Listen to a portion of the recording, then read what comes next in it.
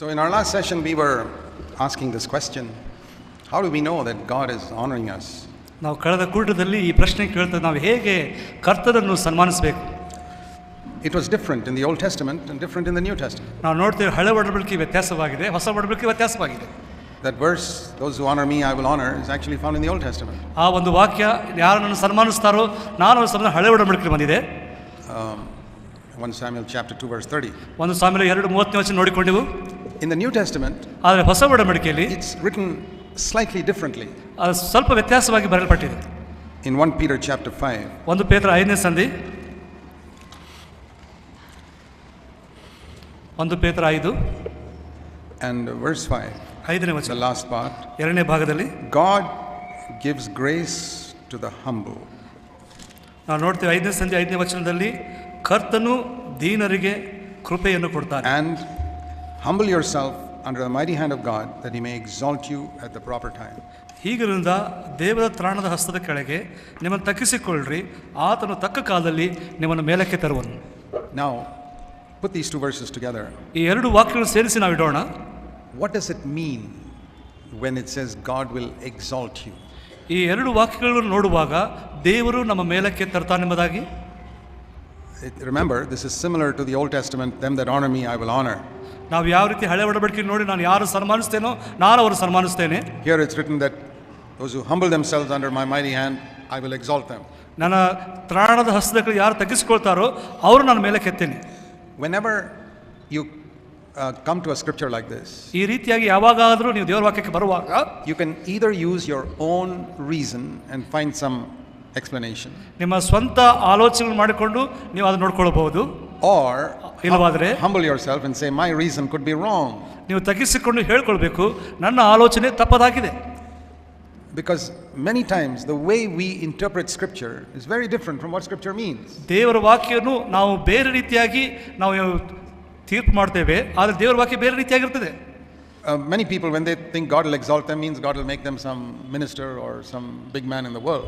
ಕೆಲವು ಜನರು ದೇವರ ವಾಕ್ಯ ಓದುವಾಗ ದೇವರ ಮೇಲಕ್ಕೆ ತರ್ತಂದ್ರೆ ದೇವರ ಲೋಕದಲ್ಲಿ ದೊಡ್ಡ ವ್ಯಕ್ತಿಯನ್ನು ಮಾಡ್ತಾರೆ ಎಂಬುದಾಗಿ. Or like it says in Romans 8:28, all things will work together for good to those who love God. ನಾವು ರೋಮಾಪುರಪತ್ರಿಕೆ 8:28 ನೋಡ್ಕೊಂಡು ಹಾಗೆ ದೇವರನ್ನು ಪ್ರೀತಿ ಮಾಡೋದು ಎಲ್ಲ ಸಕಲ ಕಾರ್ಯ ಒಳ್ಳೆಯದಾಗಿದೆ ನೋಡ್ತಾ ಇದ್ದೇವೆ. What does that mean? ಅದ್ರ ಮೂಲಕವಾಗಿ ಏನು ತಿಳ್ಕೊತೇವೆ? Supposing you're disappointed with something. ನಿಮ್ಮ ಜೀವನದಲ್ಲಿ ಯಾವುದೋ ರೀತಿಯಲ್ಲಿ ನೀವು ದುಃಖ ಪಡ್ತೀರಾ? Like you applied for a job and you couldn't get it. ನೀವು ಯಾವುದೋ ಒಂದು ಕೆಲಸಕ್ಕೆ ಹೋಗ್ತೀರಾ, ಮಾಡಬೇಕೆಂಬುದಾಗಿ ಅದು ಸಿಗೋದಿಲ್ಲ. So you say, okay, I believe in Romans 8:28. ರೋಮಾಪುರಪತ್ರಿಕೆ 8:28 ವಚನ ನೋಡ್ತಾರೆ. That means God will make it work for my good. ದೇವರನ್ನು ಒಳ್ಳೆಯದಕ್ಕಾಗಿ ಬರ್ಮಾಡ್ತಾನ? What does that mean? ಅದರ ಅರ್ಥ ಏನು? Give you a better job with a better salary? ದೇವರು ಒಳ್ಳೆ ಕೆಲಸ ಒಳ್ಳೆ ಸಂಬಳವನ್ನು ಕೊಡ್ತಾನೆ? ಇಲ್ಲ. Maybe another job with a lower salary. ಬೇರೆ ಕೆಲಸ ಕಡಿಮೆ ಸಂಬಳ. But he will make you more like Jesus. That is the good, not a higher salary. ಆದರೆ ಯೇಸು ಸ್ವಾಮಿ ಹಾಗೆ ಮಾಡ್ತಾನೆ, ಅದು ಬಹಳ ಪ್ರಾಮುಖ್ಯವಾಗಿದೆ. If you wanted to marry a girl and it didn't work out, ನೀವು ಯಾವ್ದೋ ಹುಡುಗಿಯನ್ನು ಮಾಡ್ಕೋಬೇಕು ಅಂತ ಅದು ಆಗಲಿಲ್ಲ, say okay, I believe in Romans 8:28. ರೋಮಾಪುರಪತ್ರಿಕೆ 8:28 ನೋಡ್ಕೊಳ್ತೇವೆ. What does it mean? He'll give you a prettier girl? ದೇವರು ನಿಮಗೆ ಸುಂದರವಾದ ಹುಡುಗಿಯನ್ನು ಕೊಡ್ತಾನ? No, he may give you an uglier girl. ದೇವರು ನಿಮಗೆ ಚಂದ ಇಲ್ಲದಂತ ಹುಡುಗಿಯನ್ನು ಕೊಡಬಹುದು. But he'll make you more like Jesus. ಆದರೆ ಯೇಸು ಸ್ವಾಮಿ ಹಾಗೆ ಮಾಡ್ತಾನೆ, ಅದು ಬಹಳ ಪ್ರಾಮುಖ್ಯವಾಗಿದೆ. It's all a question of your mindset.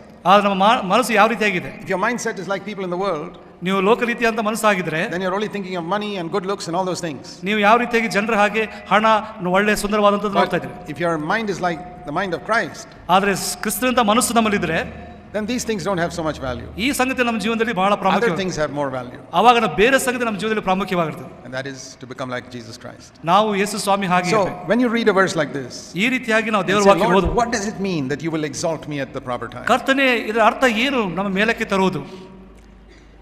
The best thing is to compare scripture with scripture. ದೇವರ ವಾಕ್ಯವನ್ನು ಬೇರೆ ದೇವರ ವಾಕ್ಯಕ್ಕೆ ನಾವು ವ್ಯತ್ಯಾಸ ಮಾಡಿ ನೋಡಬೇಕಾಗಿದೆ. Whenever I find a scripture I cannot understand, ನಾವು ಕೆಲವು ವಾಕ್ಯ ಓದುವಾಗ ನನಗೆ ಅರ್ಥವಾಗುವುದಿಲ್ಲ ಕೆಲಸ. I say, Lord, let me search the scriptures to see if there's another verse that explains it. ದೇವರ ವಾಕ್ಯ ಇನ್ನೂ ಬೇರೆಯಲ್ಲಿ ಬರೆದಿದೆ, ಅದನ್ನು ಹುಡುಕ್ತೇನೆ, ಅದರ ರೀತಿಯಾಗಿ ಬರೆದಿದೆ. If there is no verse, ಒಂದು ವೇಳೆ ಆ ವಾಕ್ಯ ಇಲ್ಲದೆ ಹೋಗಿದ್ರೆ, then I say, Lord, please give me revelation. ದೇವರೇ, ನನಗೆ ಪ್ರಕಟಣೆ ಕೊಡು, based on the general principles of the New Testament. ಈ ವಾಕ್ಯಕ್ಕೆ ಸಂಬಂಧವಾದಂತ ವಿಷಯಗಳನ್ನು. But in this case, ಆದರೆ ಈ ವಿಷಯ ನೋಡುವಾಗ there is another verse that explains it. ಈ ವಾಕ್ಯವನ್ನು ನಮಗೆ ಉದಾಹರಣೆಯಾಗಿ ಹೇಳಲಿಕ್ಕಿದೆ. What does it say here? ಇಲ್ಲಿ ಏನು ಹೇಳಿದೆ? God gives grace to the humble. ಕರ್ತನು ದೀನರಿಗೆ ಕೃಪೆ ಕೊಡ್ತಾನೆ. Humble yourself under the mighty hand of God. ಆತನ ತ್ರಾಣ ಹಸ್ತಗಳಲ್ಲಿ ನಿಮ್ಮನ್ನು ತಗ್ಗಿಸಿಕೊಳ್ಳ್ರಿ, and he will exalt you. ಆತನ ಮೇಲೆ ತರ್ತಾನೆ. Listen to this. ನೋಡ್ರಿ, God gives grace to the humble. ದೇವರು ಕರ್ತನ ದೀನರಿಗೆ ಕೃಪೆ ಕೊಡ್ತಾನೆ. Submit to God's mighty hand, ಆತನ ತಾಣ ಹಸ್ತ ತಗ್ಗಿಸಿಕೊಳ್ಳ್ರಿ, and He will exalt you. ಆತನ ಮೇಲಕ್ಕೆ ತರ್ತಾನೆ. These three things ಮೂರು ಸಂಗತಿಗಳು you see in James chapter 4, ಯಾಕೋಬ 3ನೇ ಸಂಧಿ 4, 4ನೇ ಸಂಧಿ verse 6, 6ನೇ ವಚನ. the last part. ಮುಂದಿನ 2ನೇ ಭಾಗದಲ್ಲಿ God gives grace to the humble. ದೀನರಿಗೆ ಕೃಪೆಯನ್ನು ಕೊಡ್ತಾನೆ. Verse 7, submit to God, which is submit to the mighty hand of God. ದೇವರ ತಾಣ ಹಸ್ತಕ್ಕೆ ಒಳಗಾಗ್ರಿ. And the third thing, ಮೂರನೇದಾಗಿ He will exalt you. ಆತನ ಮೇಲಕ್ಕೆ ತರ್ತಾನೆ. Means how is it written here? ಯಾವ ರೀತಿ ಬರೆದಿಲ್ಲಿ? The devil will flee from you. ಸೈತಾನ ನಮ್ಮಿಂದ ಓಡೋಗ್ತಾನೆ. That is the meaning of He will exalt you. ಅದೇ ಒಂದು ಅರ್ಥ ನಮ್ಮನ್ನು ದೇವರ ಮೇಲಕ್ಕೆ ತರುವುದು. You see how you get revelation when you compare scripture with scripture. ದೇವರ ವಾಕ್ಯಕ್ಕೆ ಸಂಬಂಧವಾಗಿ ದೇವರ ವಾಕ್ಯ ನೋಡುವಾಗ ನಮಗೆ ಸ್ಪಷ್ಟವಾಗಿ ಗೊತ್ತಾಗುತ್ತೆ. God has hidden many things in scripture and lazy people will never find it out. ದೇವರ ವಾಕ್ಯಗಳು ದೇವರು ಗುಪ್ತವಾಗಿಟ್ಟಿದ್ದಾನೆ. ದೇವರ ವಾಕ್ಯ ತಿಳ್ಕೊಳ್ಳೋರಂಥ ವ್ಯಕ್ತಿಗಳು ಅರ್ಥ ಮಾಡ್ಕೊಳ್ಳೋಕೆ ಸಾಧ್ಯವಿಲ್ಲ. It's very simple to compare scripture with scripture. ನಾವು ದೇವರ ವಾಕ್ಯವನ್ನು ದೇವರ ವಾಕ್ಯ ಪ್ರಕಾರ ನೋಡ್ಕೊಳ್ಳಬೇಕು. So when you compare scripture with scripture, you understand it. ಆಗ ನಮಗೆ ಅದು ಅರ್ಥವಾಗ್ತದೆ. What is He going to exalt me over? ದೇವರು ನಮಗೆ ಯಾವ ವಿಷಯದ ಮೇಲಕ್ಕೆ ತರ್ತಾನ್ರಿ? Not over people. ಜನರ ಮೇಲೆ ಅಲ್ಲ. I don't want to be the ruler of India. ಈ ಒಂದು ಭಾರತ ದೇಶನ ಆಳೋದಲ್ಲ. I don't even want to be ruler in a church. ಈ ಒಂದು ಸಭೆಯಲ್ಲಿ ಸಹ ನಾನು ಆಳೋದು ಬೇಕಾಗಿಲ್ಲ. Some people think, oh, I don't want to be ruler in the world, but I'll be an elder in the church. God will exalt me. Bharat ದೇಶವನ್ನು ಆಳೋದಿಲ್ಲ, ಆದರೆ ಸಭೆಯಲ್ಲಿ ನಾನು ಒಬ್ಬ ಆಳುವಂತ ವ್ಯಕ್ತಿ That ಆಗ್ತೀನಿ. is absolute rubbish. ಅದು ಭಯಂಕರವಾದಂತ ಮೂರ್ಖತನ. Is that a better word for rubbish in Kannada? ಕಸವಾಗಿದೆ. Murkatana is foolishness. This is worse than that. This is rubbish. ಕಸವಾಗಿದೆ. What you put in the garbage bin outside. ನಾವು ನೋಡ್ತೇವೆ ಕಸದ ಬುಟ್ಟಿಲಿ ಹಾಕುವ ಹಾಗೆ. To seek for honor in the church. ನಾವು ಸಭೆಯಲ್ಲಿ ಸನ್ಮಾನ ಪಡೆಯುತ್ತಾ ಇದ್ರೆ It is rubbish. ಅದು ಕಸವಾಗಿದೆ. And for a person to seek for that is like going into the garbage bin to eat from there. ಯಾವ ಮನುಷ್ಯ ಅದಕ್ಕಾಗಿ ಹುಡುಕ್ತಾನೋ ಅವನು ಕಸದ ಬುಟ್ಟಿ ಹೋಗ್ಬಿಟ್ಟು ತಿಂದ ಹಾಗೆ. There are people who do that. ಆದ್ರೆ ಕೆಲವು ಜನರು ಆ ರೀತಿಯಾಗಿ ಮಾಡ್ತಾ ಇದ್ದಾರೆ. It's not just the poor boys in the street. It's the people in the church. ಬೀದಿಲಿರುವಂತ ಚಿಕ್ಕ ಬಡವ ಮಕ್ಕಳು ಅಲ್ಲ, ಸಭೆಯಲ್ಲಾದ್ರು. I'm not interested in that. ಅದರಲ್ಲಿ ನನ್ನ ಆಸಕ್ತಿ ಇಲ್ಲ. I want to be exalted over the devil.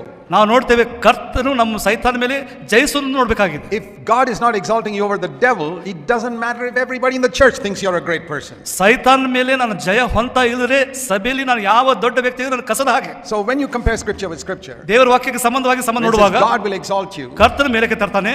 It's very clear here. He'll exalt me over the devil. ಆದ್ರೆ ಸೈತಾನ ಮೇಲೆ ನನಗೆ ಜಯ ಕೊಡ್ತಾನೆ. He'll give me such power over the devil that the devil will run away. ಸೈತಾನ ಮೇಲೆ ಇಂಥ ಒಂದು ಶಕ್ತಿಯನ್ನು ದೇವರು ಕೊಡ್ತಾನೆ, ಸೈತಾನನಿಂದ ಓಡಿ ಹೋಗ್ತಾನೆ. Imagine what a powerful person you are. ಎಂತ ಒಂದು ಬಲಶಾಲಿ ಆಗ್ತಂತ ವ್ಯಕ್ತಿ ನೀನು ಆಗಿದೆಯಾ? If the most powerful created being runs away. ಈ ಭೂಲೋಕದಲ್ಲಿರುವಂತ ಬಲಶಾಲಿದಂತ ವ್ಯಕ್ತಿ ಓಡಿ ಹೋಗುವಾಗ, do you know that the most powerful created being is Satan? ಮಹಾ ಬಲಶಾಲಿದಂತ ವ್ಯಕ್ತಿ ಯಾರಂದ್ರೆ ಸೈತಾನನು. In heaven the highest archangel is Michael. ನಾವು ನೋಡ್ತೇವೆ ಪರಲೋಕದಲ್ಲಿ ಮಹಾ ದೇವದೂತನು ಯಾರಂದ್ರೆ ಮೈಕಲ್ ಏಂಜಲ್, ಅದು ದೇವದೂತನು. And you know what once Michael had an argument with Satan. ನಾವು ನೋಡ್ತೇವೆ ಮಿಕಾಯಲನು ಸೈತಾನೊಟ್ಟಿಗೆ ಜಗಳವಾಯಿತು ನೋಡ್ತೇವೆ. And you know what Michael told Satan? ಆ ಮಿಕಾಯಲನು ಸೈತಾನಿಗೆ ಏನು ಹೇಳಿದ್ರು ಗೊತ್ತಾ? See the book of Jude. ಯೂದರ ಪತ್ರಿಕೆ and verse 9. 9ನೇ ವಚನ.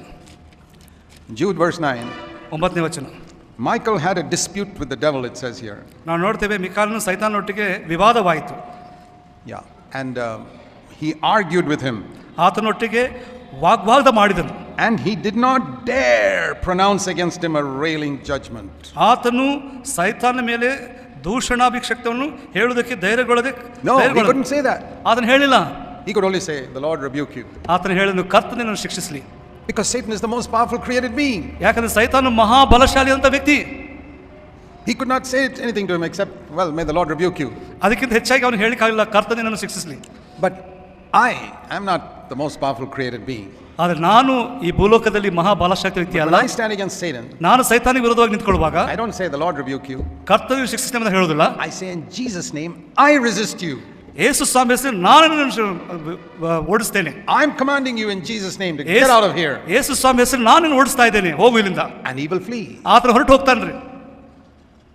Do you know that you have more power than Michael the archangel? ಮೀಕಾಲ ದೇವದೂತರಿಗಿಂತ ಹೆಚ್ಚಾದಂತ ಶಕ್ತಿ ನನ್ನಲ್ಲಿದೆ. Not you actually, but the name of Jesus. ಆದರೆ ಯೇಸು ಸ್ವಾಮಿಯ ಶಕ್ತಿ ನೀವಲ್ಲ. See, if you take the name of Jesus away from me, then I'm weaker than everybody. ಆದರೆ ಯೇಸು ಸ್ವಾಮಿ ಹೆಸರನ್ನು ತಕೊಳ್ಳುವಾಗ ನಾವು ಬಲಹೀನ ವ್ಯಕ್ತಿ ಆಗ್ತೇವೆ. It's something like a machine gun. ನಾವೊಂದು machine gun ಹಾಗೆ. A little 5-year-old operates a machine gun, all the big giants have to run away. ಆ ಒಂದು machine gun 5 ವರ್ಷದ ಮಗು ಹಿಡ್ಕೊಳ್ಳೋಗಿ ಎಲ್ಲ ಓಡಿ ಹೋಗ್ತಾರೆ. This is a small boy, but he's got a machine gun. ಯಾಕಂದ್ರೆ ಸಣ್ಣ ಮಗು ಇದ್ದಾನೆ, ಆದರೆ ಅದರ ಕೈಯಲ್ಲಿ ಮಿಷಿನ್ ಗನ್ ಇದೆ. Name of Jesus, something like that. ಆ ರೀತಿಯಾಗಿ ಯೇಸು ಸ್ವಾಮಿ take away that machine gun from him. ಆ ಮಗುವಿನ ಮಿಷಿನ್ ಗನ್ ತಕೊಳ್ಳುವಾಗ even a 6-year-old boy can hammer him. 6 ವರ್ಷದ ಮಗನು ಹೊಡೆಬಿಡಬಹುದು. So it's the name of Jesus that makes us more powerful than the devil. ಆ ಯೇಸು ಸ್ವಾಮಿ ಹೆಸರು ಆತನ ಮುಂದೆ ಬಲಶಾಲಿಯಾಗಿದೆ. But not everybody can use that name. ಆದರೆ ಎಲ್ಲರೂ ಸಹ ಆ ಹೆಸರು ಉಪಯೋಗಿಸಲಿಕ್ಕೆ ಸಾಧ್ಯವಿಲ್ಲ. That's very important. The devil doesn't run away from everybody. ಪ್ರತಿಯೊಬ್ಬರಿಂದ ಸೈತಾನ ಓಡಿ ಹೋಗೋದಿಲ್ರಿ. What did we read? ನಾವು ಏನು ಓದ್ಕೊಂಡಿವು? The 3 steps. 3 ಸಂಗತಿಗಳು. God gives grace to the humble. ಕರ್ತನು ದೀನರಿಗೆ ಕೃಪೆ ಕೊಡ್ತಾನೆ. So humble yourself under the mighty hand of God. ಕರ್ತನ ತ್ರಾಣಹಸ್ತ ತಗ್ಗಿಸಿಕೊಳ್ಳ್ರಿ. Then resist the devil. ಆಗ ಸೈತಾನ ಓಡಿಸ್ರಿ. Now, if you don't believe that God gives grace only to the humble, ನೀವು ದೇವರು ದೀನರಿಗೆ ಕೃಪೆ ಕೊಡ್ತಾನೆ ನಂಬಿದ್ರೆ, that means you're not sure whether God will give you grace or not. ದೇವರು ನಮಗೆ ಕೃಪೆ ಕೊಡ್ತಾನೆ ಎಂಬುದಾಗಿ ನಿಮಗೆ You don't ಸ್ಪಷ್ಟವಾಗಿದೆ. have faith. ನಂಬಿಕೆ. I don't know whether God will help me in the battle against the devil.